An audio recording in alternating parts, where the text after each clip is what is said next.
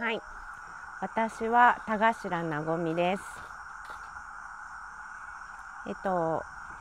日本の沖縄から来ました。仕事はパーソナルシェフ、ビーガンのシェフです。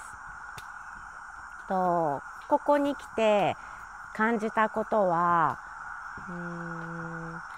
生きてることの喜びと安心感です。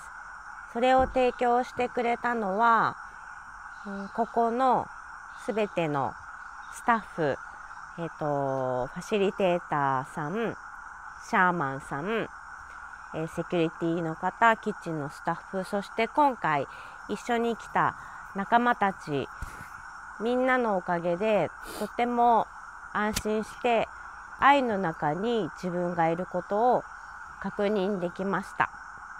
あとはともかくご飯が美味しくてご飯が美味しくってとっても幸せだったし、アヤワスカを飲んで感覚が鋭敏になると、私に何が起きたかっていうと、いろんな匂いがとても気になることと、とにかくお腹が空いてたんですけど、いつも次の朝、そして次のランチから私のお腹と心を満足させてもらって、本当に幸せな時間でした。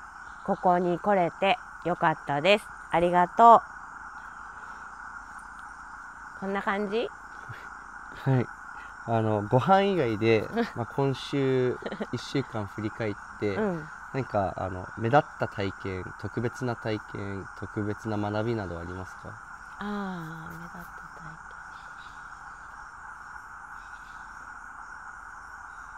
験。はい。特別な学びは、一生懸命自分を変えようとするのではなく、このままでいいんだって今の自分を受け入れて許して、このまんま愛することができたこと、それが今週の学びです。